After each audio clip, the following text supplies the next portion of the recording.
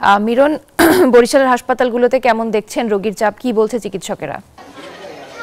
ধন্যবাদ রুবা, আপনি ঠিকই বলেছেন যে সারা দেশেই মৃদু শৈত্যপ্রবাহ বয়ে যাচ্ছে। সে কারণে কিন্তু হাসপাতালগুলোতে বাড়ছে ঠান্ডাজনিত রোগীর সংখ্যা।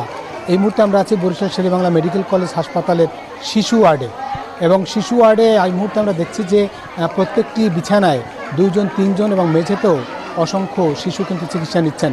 এবং যারা এখানে চিকিৎসা নিতে এসেছেন তাদের মধ্যে অধিকাংশই মূলত জ্বর, সর্দি, কাশি, নিউমোনিয়া, টাইফয়েড, আমাশা বা ডায়রিয়া এই সব উপসর্গ নিয়েই কিন্তু তারা এসেছেন।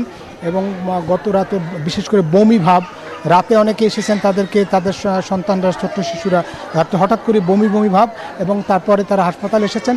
কিন্তু চিকিৎসকরা বলেছেন যে এই বমি ভাব বা ডায়রিয়া এগুলো মূলত ঠান্ডার জন্যই মূলত বেড়েছে। এবং চিকিৎসকরা বলছেন শিশুদের যাতে না লাগে সে ব্যাপারে তারা পরামর্শ দিয়েছেন।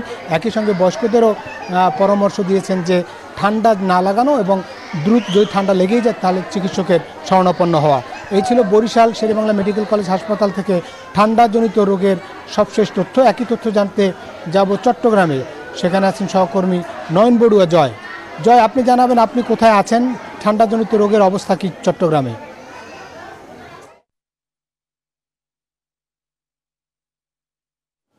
ধন্যবাদ মিরন আপনাকে। আপনি যেমনটা বরিশালের খবর জানিয়েছেন তেমনিভাবে আমি চট্টগ্রাম মেডিকেলে আছি। মেডিকেলের যে ওয়ার্ডগুলো আমরা একটু দেখানোর চেষ্টা করছি। ওয়ার্ডটা দেখলে আপনি বুঝতে পারছেন যে রুগীর চাপ কিন্তু অনেকটা বেড়েছে, যেহেতু ঠান্ডা অনেকটা বেড়ে গেছে চট্টগ্রামে। তো সেই কারণে কিন্তু আমরা দেখছি ঠান্ডাজনিত রুগীর সংখ্যা কিন্তু অনেকটা বেড়ে গেছে। তো এখনও পর্যন্ত সূর্যের দেখা কিন্তু আমরা দেখিনি। তো একই সাথে যে একেবারে কুয়াশাচ্ছন্ন চট্টগ্রাম এখনও পর্যন্ত আছে, যেহেতু সূর্য উঠে নাই সে কারণে কুয়াশাচ্ছন্ন চট্টগ্রাম একেবারে। তো ঠিক এই সময়টার মধ্যে কিন্তু যারা ঠান্ডাজনিত রোগী আছে, যারা ঠান্ডাজনিত রোগে আক্রান্ত হচ্ছে তারা কিন্তু চট্টগ্রাম মেডিকেলে সবচেয়ে বেশি এসেছে। একই সাথে বেসরকারি মা ও শিশু হাসপাতালে রোগীর চাপ কিন্তু অনেকটা বেড়েছে।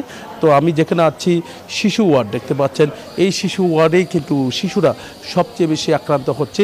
চিকিৎসক যারা আছে তারা যেমনটা জানিয়েছেন যে তো এখানে পরিবার যদি একটু সচেতন হয় তাহলে কিন্তু অন্তত শিশুরা এই রোগ থেকে রেহাই পাওয়া সম্ভব বলে আমাদেরকে জানিয়েছেন। তো এখানে চট্টগ্রাম মেডিকেলে যে শয্যা আছে, শয্যার 3 গুণ বেশি রোগী বলে আমাদেরকে জানিয়েছেন চট্টগ্রাম মেডিকেলের পরিচালক, যেমনটা জানিয়েছেন চিকিৎসার কোনো কমতি নেই, তারা চেষ্টা চালিয়ে যাচ্ছেন। অনেকজন সুস্থ হয়ে কিন্তু বাড়ি ফিরেছেন, আবার নতুন অনেকজন ভর্তি হচ্ছে। এই ছিল আমার এখানকার সর্বশেষ। ফিরে যাচ্ছে স্টুডিওতে রুবার কাছে। মিরন, আপনাকে ধন্যবাদ।